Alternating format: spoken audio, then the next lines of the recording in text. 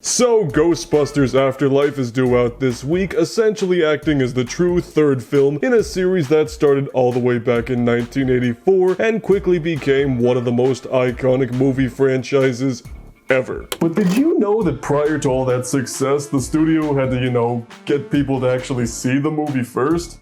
No! So today we're going to explore what it took to get people hyped for the original Ghostbusters. So let's get into it. Hello friends, and welcome back to History of Hype, where we learn how butts got in seats for our favorite movies, and Ghostbusters is easily one of the most iconic franchises of the 80s, spawning a sequel, cartoons, and a metric frick ton of merchandise. But let's start at the very beginning before audiences even knew what this logo even meant. March 1984. The first piece of promotional material was a 15-second teaser of literally nothing more than the Ghostbusters logo. Coming to save the world this summer. That's it.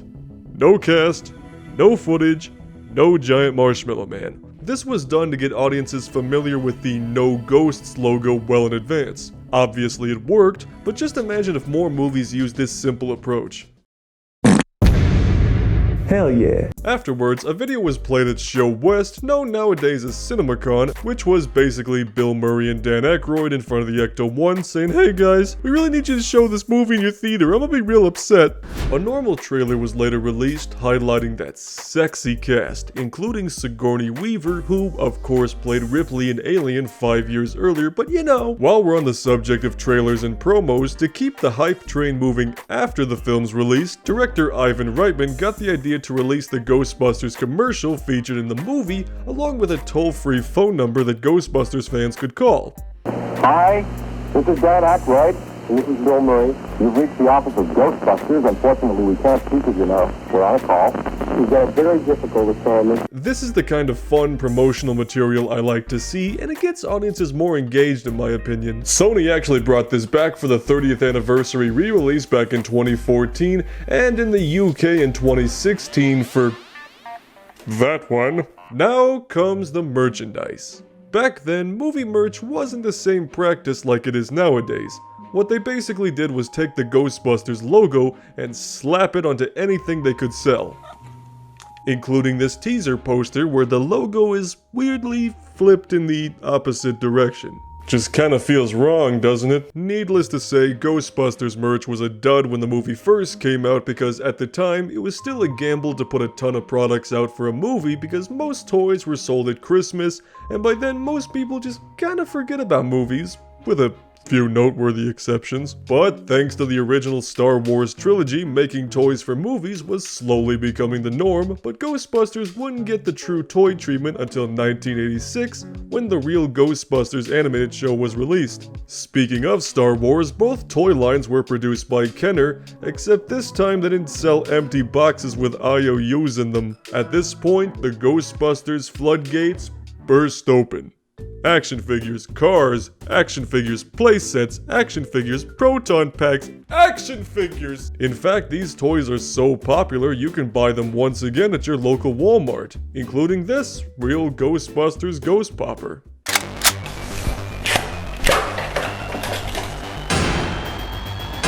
Of course, who can forget the iconic Ghostbusters song by Ray Parker Jr., but did you know that he and Columbia Pictures were actually sued by Huey Lewis, who claimed that Parker plagiarized his song, "I Want a New Drug"? Now, I have listened to both of these songs, and yeah, I can personally hear a little bit of a similarity there, but with YouTube's copyright being what it is, you're just gonna have to trust me on this one. But it was eventually settled out of court, and Huey Lewis was supposedly kept quiet.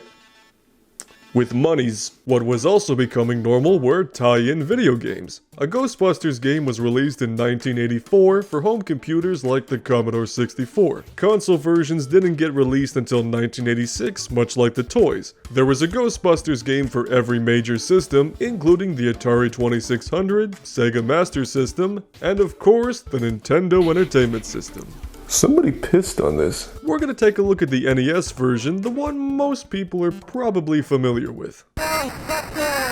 And here it is. You basically move the Ghostbusters logo around this map until ghosts enter buildings, and then you enter said buildings, but actually you're driving to the buildings, but don't bump into other cars or you'll start losing money. Oh yeah, and you can run out of gas, which means the Ecto-1 gets pushed to the nearest gas station away from the building you were driving to, so you have to start all over entering buildings, but actually driving to the building.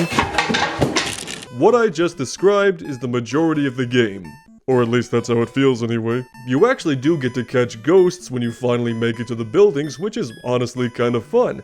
You first place down the trap, then control both Ghostbusters with their capture beams, and try to suck up as many ghosts as possible. It sort of becomes a puzzle to see if you can catch them all. Please disregard that Pokemon reference.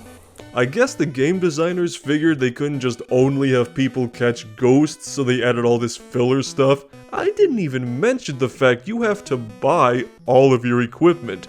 Don't be an idiot like me and buy all the wrong stuff in the beginning or you're gonna have a rough day. Eventually the PK meter fills up and you can finally enter the Zool building. What's the PK meter?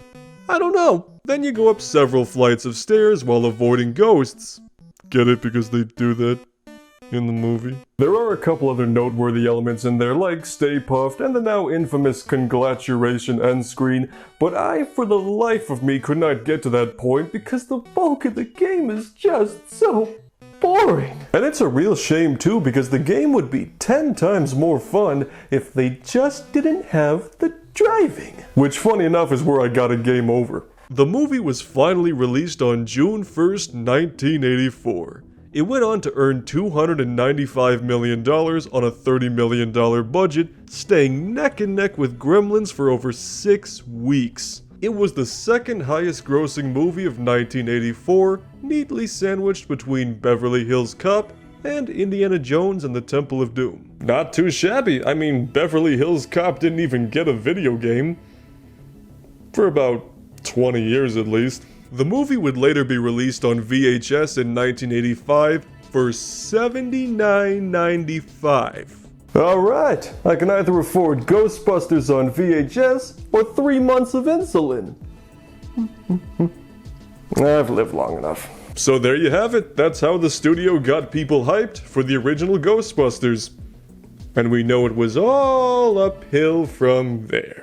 So if you want to see some more History of Hype episodes, you can check out this playlist right over here, or if you want to see what YouTube recommends you watch me next, you can check out that video right down there, and of course subscribe if you live, talk, and buy movies, and we'll see you on the Brockopp side.